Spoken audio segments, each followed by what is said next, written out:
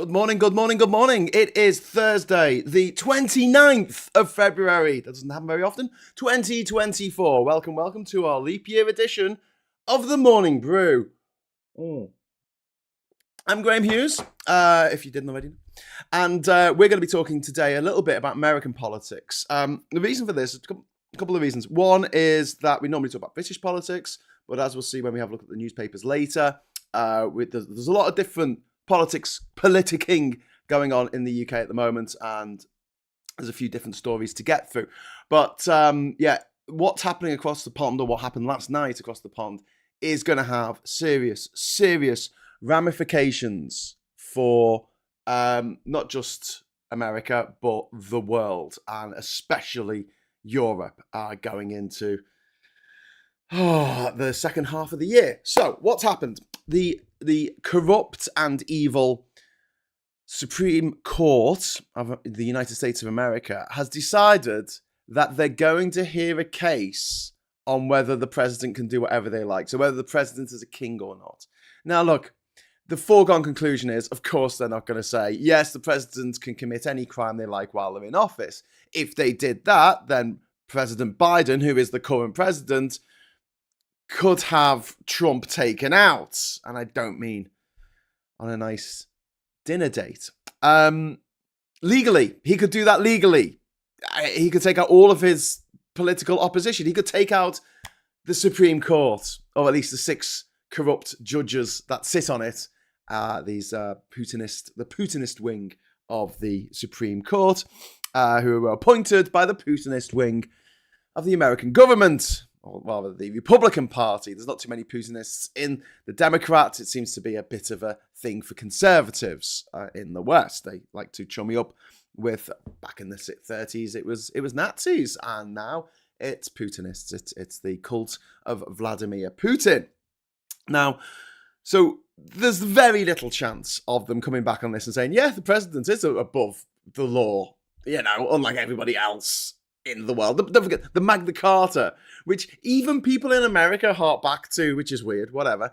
The only thing in it that actually has any kind of consequence through to today is the fact that it says no one is above the law. Up to that point, we had an idea of divine right absolutism in this country, an idea that continued well into almost the 18th century in places like France, but in the UK, under King John in, when was it, 1215, when the Magna Carta was written, the nobles of the country rebelled, and they said, we're going to have this rule that says that no one is above the law, not even the king.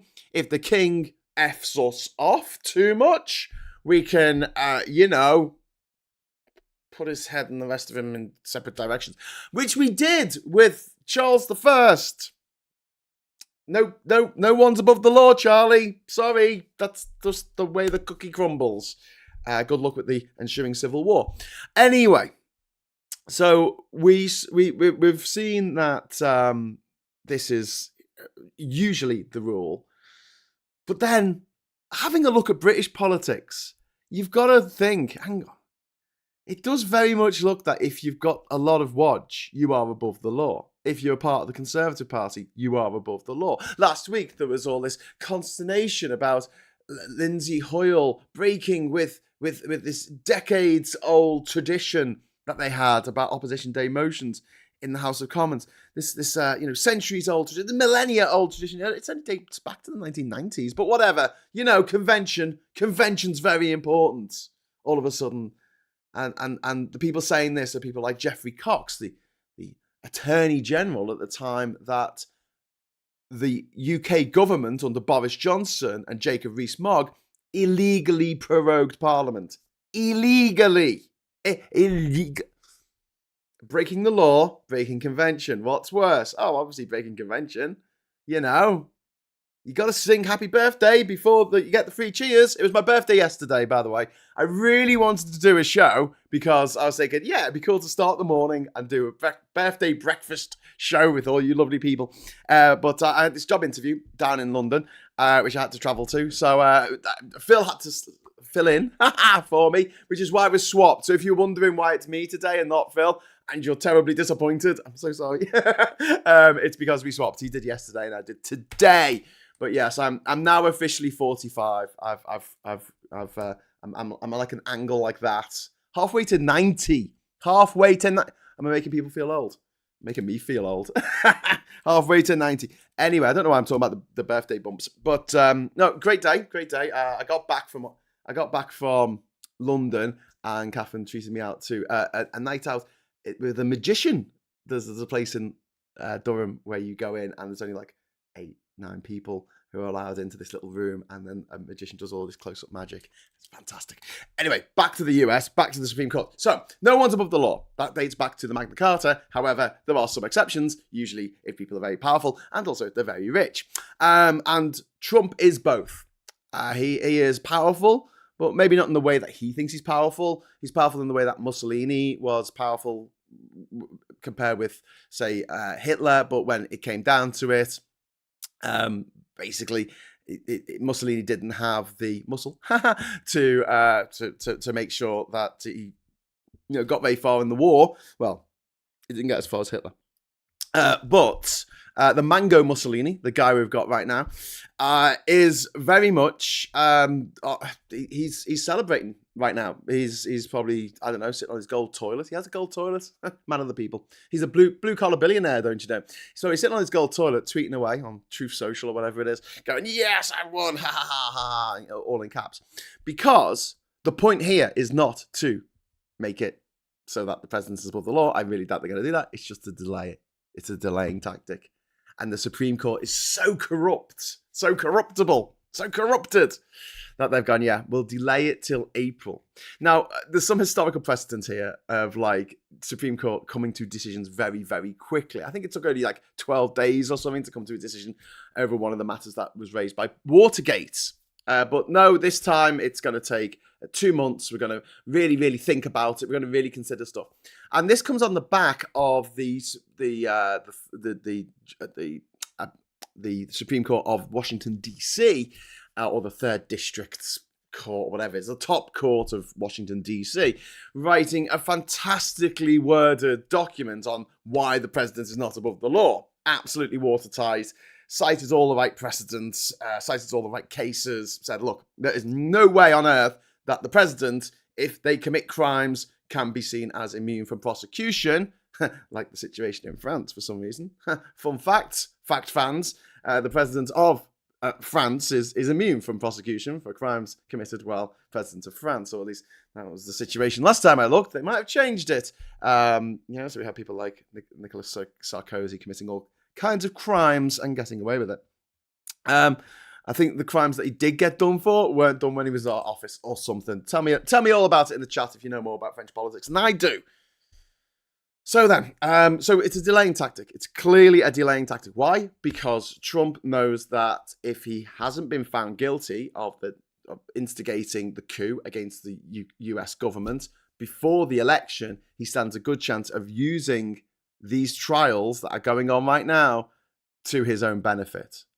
And, shame on the Democrats for pushing for Biden to go for another 4 years, when I do honestly believe that there is probably someone else of the 330 million people in America, maybe 300 million of them who are eligible to be, to run for president. He's the best choice. I think he's a competent politician, but he's not very charismatic, which is important when you have a presidential contest. One of the reasons we don't like the presidential system in this country is because we don't like our leaders to be too charismatic, because they always ends in a skip fire.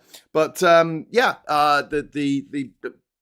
way it works is basically a popularity contest. And Trump, by weaponizing these cases against him without an actual result, banking on that whole, innocent until proven guilty, which is something that people who know that the person that they love is absolutely 100% bang to rights on whatever they've been accused of, but want to hold on to the idea that quite possibly that they're not as bad as everyone seems to be making out them to be, which is kind of painful when you look at someone like, I don't know, Jimmy Savile. He was never found guilty in a court of law, was he? Was he innocent? Was he hell? It's like, we can't actually make a moral judgment given all the evidence that's been presented in the media. We can't make our own judgment on that. We have to wait for a jury to say, oh yeah, well, this guy was definitely a nonce. I mean, come on. Trump is actually he's been found guilty by a jury of rape. And he's also been guilty of, what would you call it, malfeasance, corporate malfeasance, in trumping up how much money his property is worth, overvaluing it for the sake of getting loans, but also undervaluing it for the sake of paying tax. He's now on the hook for over $500 million, and he can only pay $100 million of it. But there you go. But there are enough saps in the United States of America and the UK and everywhere around the world. Saps are everywhere. Half of all people are below average intelligence, because that's the way averages work.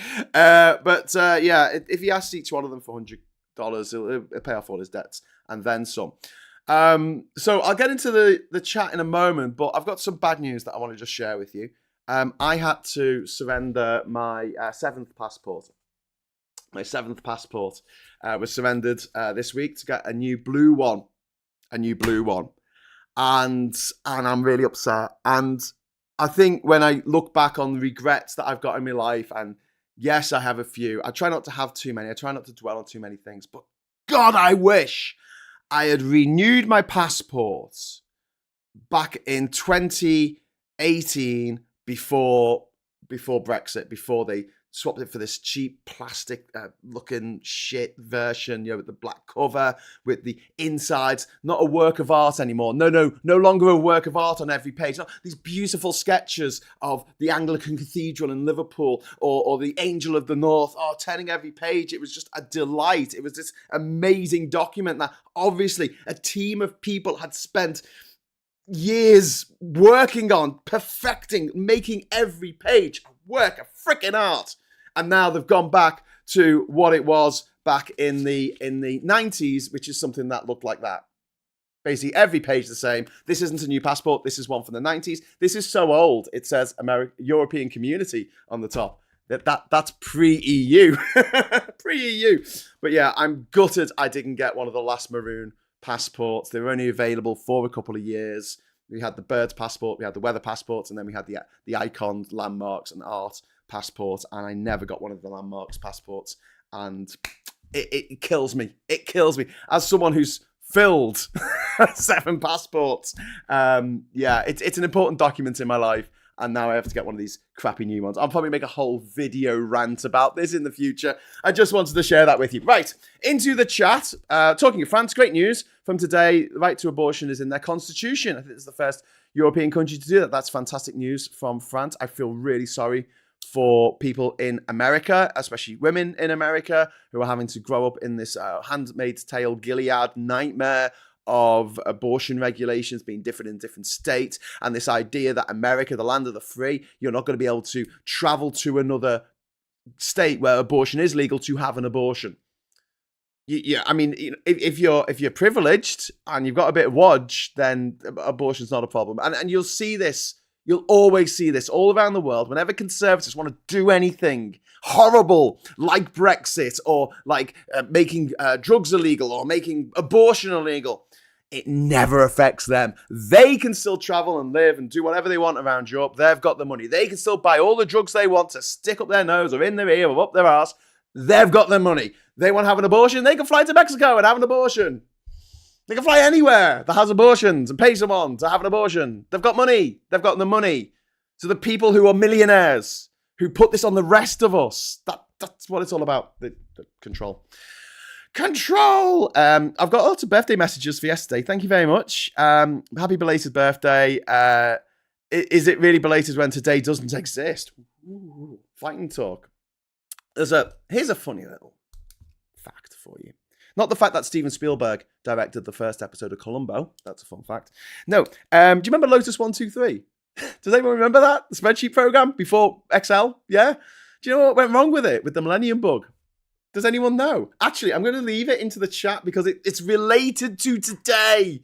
It's a huge hint. It's a huge hint. Anyone know what went wrong with Lotus 123? Please don't Google it. Anyone, I just want to know if you know off the top of your head What was the big problem with Lotus 123 that really kicked in at the turn of the millennium? Let me know in the comments if you know what it was. It was a millennium bug, but it wasn't the one you're thinking of. I hope the Supreme Court do pass it, and then a few days later, Biden is seen with a smoking gun and an enigmatic smile, says Jeff True. Absolutely. I mean, imagine if they do say the president's above the law. They can send a hit squad out to take out his political opponents, which is the argument that was made in court when they had the original declaration on this in the Washington, D.C. Third Circuit, or whatever the top court was there. It was actually pointed out, like, but then you could take out your political rivals and get away with it. And they were like, well, yeah, I suppose so. And also, very frustratingly, one of the arguments made by the Trump team was that this should be something that is decided by Congress. So if Congress doesn't impeach and then they're found guilty in the incredibly partisan Senate, and it's got to be 2/3 of the Senate, or at least 60 senators, I think, to make it. So it's actually a crime that's been committed. But the argument they used to not impeach or find guilty of the crimes that he was accused of in the Trump in the Supreme in the upper chamber in the Senate, the reason they gave was this is something that should be decided by a court of law. And then now it's got to this point, and they're like, oh no, this is something that can't be decided by a court of law because he's above the law. It should be decided by Congress. And you're like, you have the two together. But the big problem, the big, major, huge issue on the doorstep of Europe right now is the fact that Putin is a warmonger. He has the upper hand now because of Putinists in Europe, like Orban, and Putinists in the American government. Well, not the government. Yeah, I suppose the government to some extent, but the American legislature, not necessarily the executive, but the legislature, holding up funding for military aid for Ukraine, and doing it on purpose because that's what Putin has told them to do, because they're Putinist scum. And anyone who supports them is Putinist scum. And I'm sick of this kind of like, oh, everyone's got the right to their own opinion. They are giving up to World War III. And you go, oh, but hang on, Graham, you're being a bit overboard here. Is this really going to be the case? Yes. Yes, it is. And this is way more pressing than it was in 2016. Because in 2016, Putin had just taken a little bit of the Donbass. I mean, still a lot of it, but, comparatively with what he's got today. And Crimea. And South Ossetia and Abkhazia in Georgia as well. But it didn't seem as pressing that Vladimir Putin was really up to the borders with NATO countries and things could kick off anytime soon. Since then, he has launched a full-scale invasion of Ukraine. NATO has expanded to include Sweden and Finland, cutting off the point of Kaliningrad entirely, which might actually go independent in the next few years. Or you might see Russia create a corridor between Lithuania and Poland that they arm up and put loads of bloody rockets and grenades and machine guns and barbed wire along, effectively cutting the Baltic countries off from the rest of the EU unless you get on a boat or a plane. This could happen. So today we've heard that the people of the breakaway Republic of Moldova, in Moldova, the Transnistria Republic, who are still got the hammer and sickle on their flag. I mean, these people still want to revive the glory days of the USSR, which is exactly what Putin wants to do, because he thinks that the breakdown of the USSR into 15 sovereign countries, 15 sovereign states with their own flags, national anthems, currencies, way of doing things, he wants that over. He wants to have the zone of influence back, and he wants to be in control of all of those breakaway, pesky republics where people speak different languages and don't particularly want to be Russian, don't particularly want to be ruled from Moscow, and he can't take that in the same way that conservatives, Brexit voters, gammon heads in this country can't accept that we've lost the empire. They want to exert some control. And part of the Brexit vote, don't forget, they said, oh, we're gonna work with the Commonwealth again. The Commonwealth, like we care about the Commonwealth now, because they knew that would tap into the whole, hey, if we get all these countries around the world, trading with us again, then we can make them march to our tune. Yeah, and I'm standing there going, but they've got no money. They've got the money.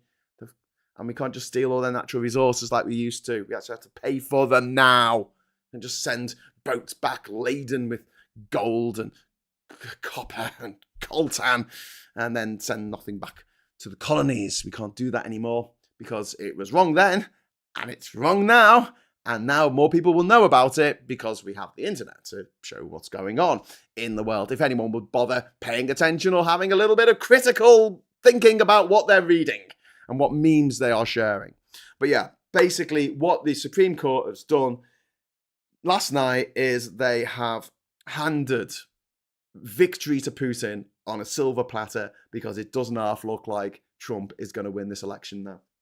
Sorry to rain on everyone's parade the day after my birthday. Oh, talking about my birthday, I've just got a super chat. Thank you very much, Captain Bart Roberts. I'm going to do a little super chat animation. Woohoo! Thank you very much. Donald J. Trump has to deposit money for his appeals, which he hasn't got. Fancy paying $1 million for Harbour.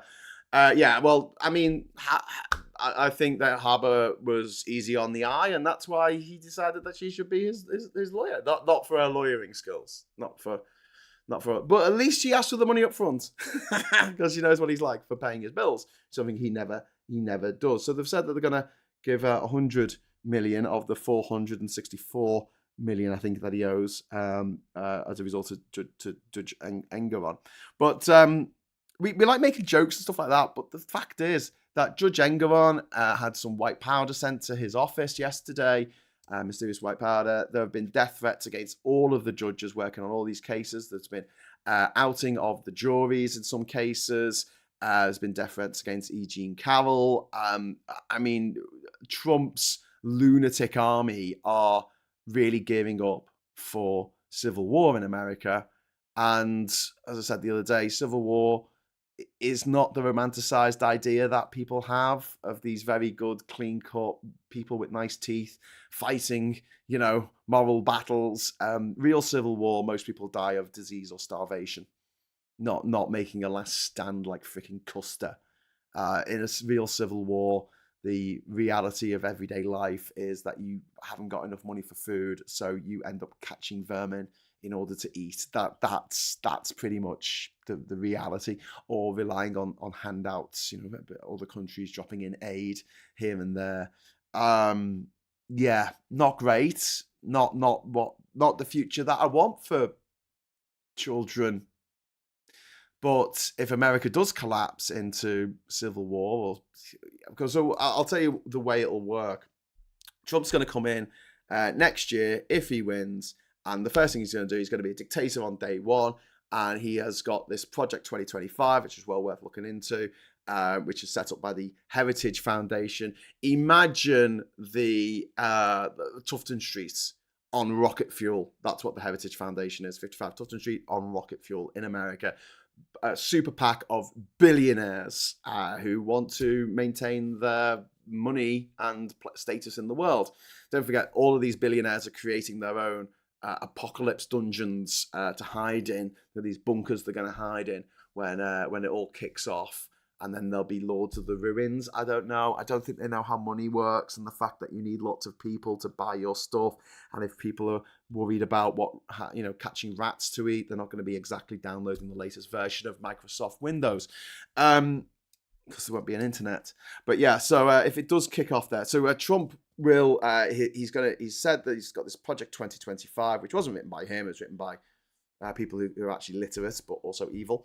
And in that, thank you very much to Joe Lefty Boater.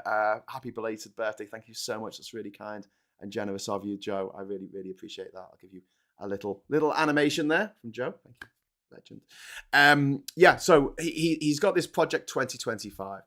Project 2025 is going to be about getting rid of a lot of the civil service in America, getting rid of the Department of the Environment, getting rid of staffing all of the Department of Justice with Trump picks, if you like. Anywhere the executive can put people in, they're going to put in their own people, ideologues, Putinists, and get rid of anyone who's not a Putinist.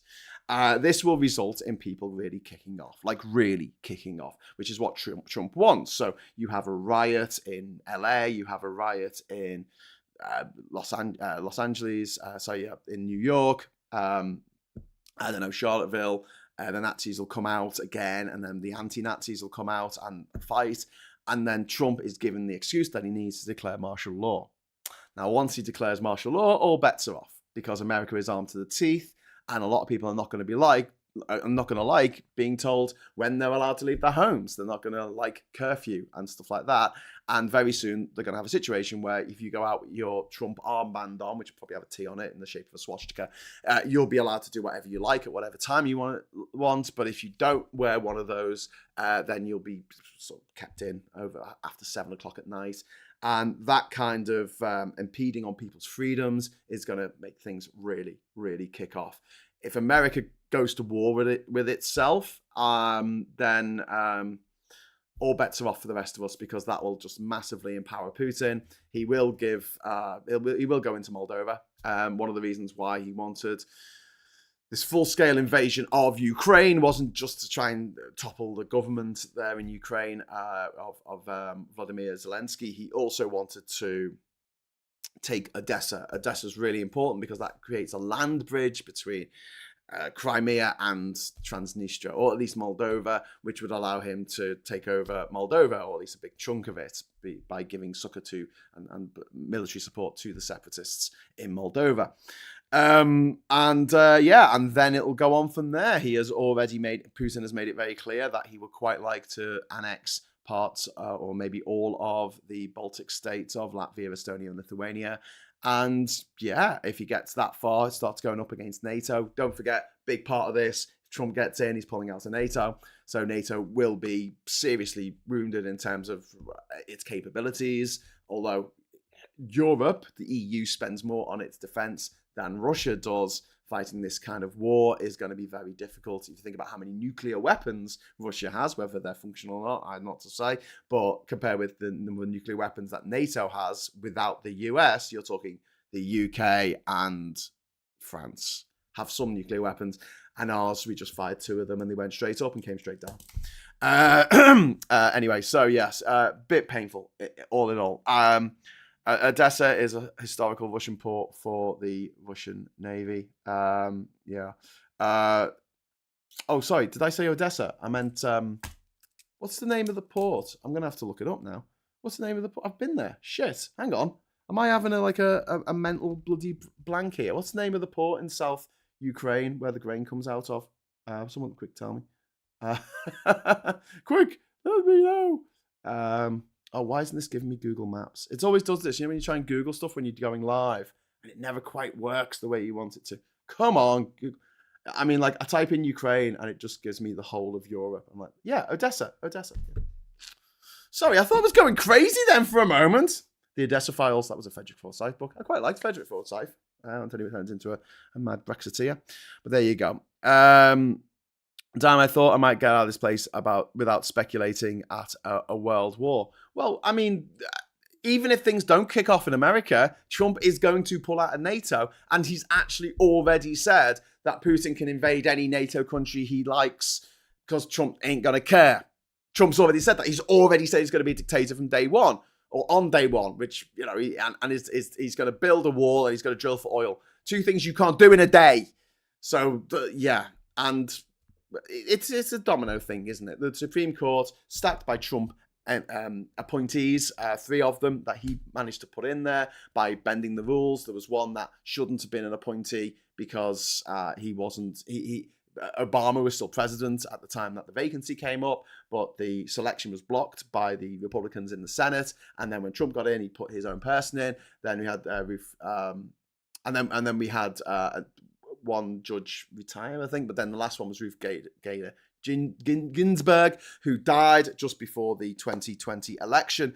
And instead of waiting until the new president was elected, like what happened last time that happened in a few months before the election, they decided, no, we'll put someone in straight away, and they've put in young people. It's an appointment for life in the Supreme Court in America, and if you put someone who's only in their 40s in that position, they will be in that position for the rest of your life and mine and possibly everyone else watching this.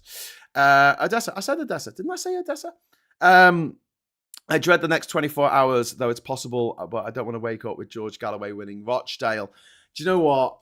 The Rochdale thing, kind of forgotten about it. I don't really care, and that's not a slight on Rochdale. It's just that there's a general election coming up, and whoever gets the position in Rochdale ain't going to be there very long. George Galloway's won 2 by-elections before. He's got no support in Parliament. Everyone hates him. Like the Tories hate him, Labour hate him, the Lib Dems, everyone hates him because he's a detestable little shit. So good luck, George. And he pretends to be a cat once, which is weird. Here's the papers. Esther, I feel let down by MPs sitting on the fence. This is from the Daily Express. And the Daily Mail wants to know why so many women are having surgery, vaginal surgery. Because they want to. PM tells police chiefs time to end mob rule. This is more worrying bullshit from the Tories about stopping protests on the grounds that we shouldn't have people protesting outside politicians' houses, which I actually agree with. I don't think that should be allowed because it is fucking intimidating. And if there's kids in the house, come on, that's not fair on the rest of the people living in the house at all. Have your demonstration in Parliament Square where they work. That's fine, but they're going to use this as an excuse to bring up to curtail protests. Even more so than they've already done in their term. They're a bunch of fascists. I hate the Tories. What can I say? Save Britain from mob rule. This is, more hyperbolic nonsense from Sunak. We don't have mob rule. This is leading on from the bullshit that Suella Braverman was saying last week when she was all this Islamophobia that she came out with. That Britain is being run by the Islamists and. It's just like, really? What? You've been in charge for the last 14 years? Fuck off. Okay, so, and there's a story here which links with another story. So, largest review of ultra-processed foods, ones of 32 damaging effects, which include cancer and other things, right? But then we go down to the start. It says, let them eat flakes. So this is Kellogg's chief, who earns $3 million a year, saying that families that are struggling to afford to eat should eat cornflakes, which are cereals are part of the ultra-processed foods. So, yeah, so you got that story, let them eat flakes, and then you've got 32 damaging effects of ultra-processed food. Then you go, a Hunt looks at ditching non-dom tax perk.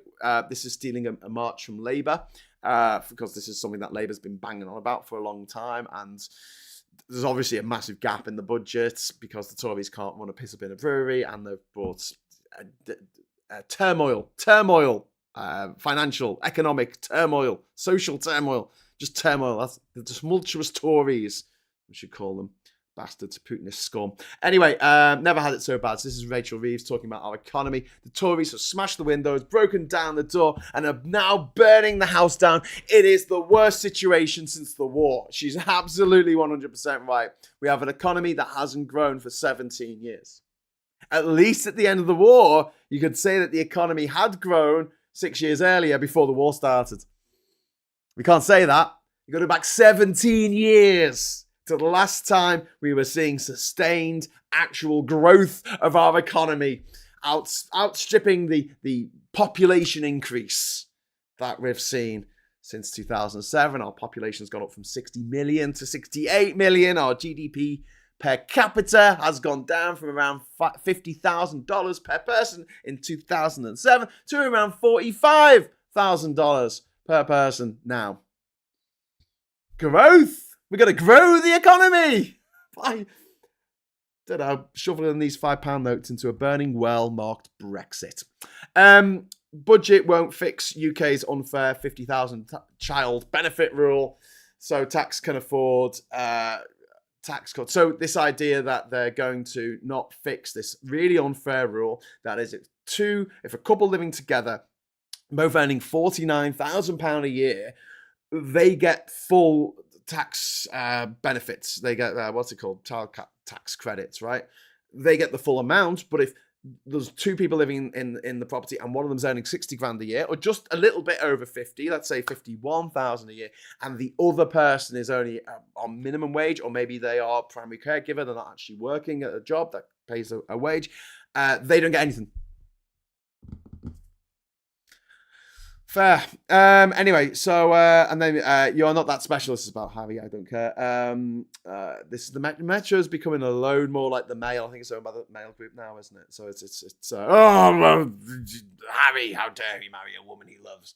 And then And then the leaked files, again, concerning, sorry to do the whole war is coming, but leaked files reveal Russia's low bar for the use of tactical nuclear weapons, something that we might see happen in Ukraine if Trump wins, if the Putinist Trump wins. Oh, I got a super chat. No, I didn't. Just the animation came on when I changed screens. Vendetta. She forgot to mention the shit smeared on the wall, the copper ripped out, and the shit on the carpet. Indeed. I met a drunken Kemp. He wasn't very nice. Yes. How many other countries far-right gangs have been put in charge of the conventional police force as instance happened in Ukraine? Well, in America, the actual federal what are they called? The people who work on the police, the border force, the Homeland Security, was stopped from a whole area of the border with Texas and Mexico by some fascists in Texas, and there was nothing they could do about it. And yeah, if Mexico decided to invade their neighboring country, because there's fascists there, there's Nazis there, and Spanish-speaking people are being affected by that. That would be a bad thing, wouldn't it? Would that be a bad thing? I don't know. Maybe BUMU Mike is a massive imperialist who thinks we could take back the empire. We should go and invade Ireland because they speak English there. And they have fascists, like everywhere in the world. They have Nazis, and we need to go and save them from themselves because we're such good imperialists. We need to go slaughter their men, women, and children in their homes and butcher them like what happened in Bucha in Ukraine because we're good people. That's what good people do, right? Right, Mike? Right? Because I don't understand. I mean, you can't have one rule for one country saying, well, it's okay for them to invade their sovereign neighbour because there's a problem with the police force. They think there might be Nazis in the police force. There's Nazis in our government. I don't know if that gives the right to another country, say the USA, to invade us because we speak the same language and we have an historical connection. Or maybe you would like us to go to Africa, to countries where they still speak English as a primary language in Africa, say South Africa. Should we go to South Africa and take over? Because the ANC have been in charge for the last 25 years and it's a bit of a one-party state. And that's not great, not optimal. Should we go and invade? Should we go and kill some men, women and children? Should we, Mike? Should we? I don't know, because that's the way it's coming across in the chat. That's the way it's looking to everyone else reading what you're writing. So you might want to consider that before you write really stupid stuff, because you're basically sticking up for warmongers. You're literally sticking up there for the invasion of Ukraine. You're trying to justify the literal murder of children. Did you ever think that you'd end up in this position? That you'd ever put yourself online? Although, I mean, to be fair, you're under a pseudonym, so I don't even know if you're real. But yeah, you'd be online going, do you know what? Killing children's great when there's a good reason for it. So I assume that you are backing the Israeli invasion of Gaza and the genocide that we're seeing going on in Gaza. I'm sure that's all fine and dandy with you as well, because there's Nazis there, there's terrorists. They've got to stop. They've got to stop the terrorists. Hamas are in charge of the government in Gaza. So basically everyone's guilty and everyone deserves that collective punishment that's being meted out. Anyway, Veg Pie, thank you very much for the £5 super chat. Happy birthday for yesterday, Graham. Thank you very much, Veg Pie. I'm feeling my age. Feeling the rage and the age. This year's going to be a good year for British politics, by the looks of things, because we're going to get rid of the Tories. Hopefully, fingers crossed. It's going to be a bad year if things go the way they probably look like they're going to in the US. Then I'm sorry, but all bets are off. So, if you've got some savings and you want to do something nice, I'll do it this year. If you got some savings, well done. Something I should have thought about when I was embarking on my career of, talking bollocks on the internet. Libya, so I'd leave Africa alone, but I'm complaining about the US to stop missing. No, you're literally defending Russia doing what you complain about America doing, or you complain about the UK doing, interfering in other people's countries when you have absolutely no right, something that leads to the deaths of people. You can't have it both ways. You can either say it's bad, which is what I say. It's bad when the US does it. It's bad when Israel does it. It's bad when the UK does it. And it's bad when Russia does it. Or you can make excuses for one of them because you're on their team, because you're Putinist. And you're like, oh my God, Vladimir Putin, he's been in charge for 24 years and he brutally kills his political opponents. He's dreamy. I want him in charge of me. I want him in charge of my family. I want him in charge of my children because he's got their best interests at heart. Oh my God. Maybe I should bring in Idiot's Corner. Or is that a James O'Brien thing?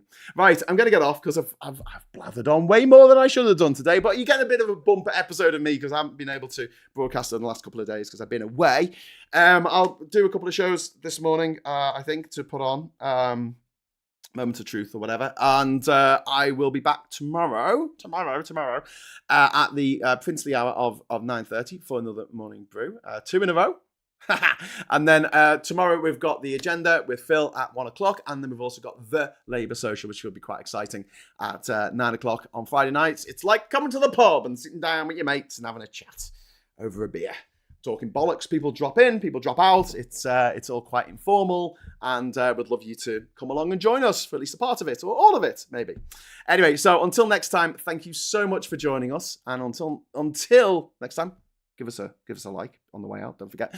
I always forget to say that, but sometimes I remember. But yeah, until next time, I'll say thanks for watching. Thanks for the chats. Thanks for the super chats. And hello, good evening, welcome, and goodbye.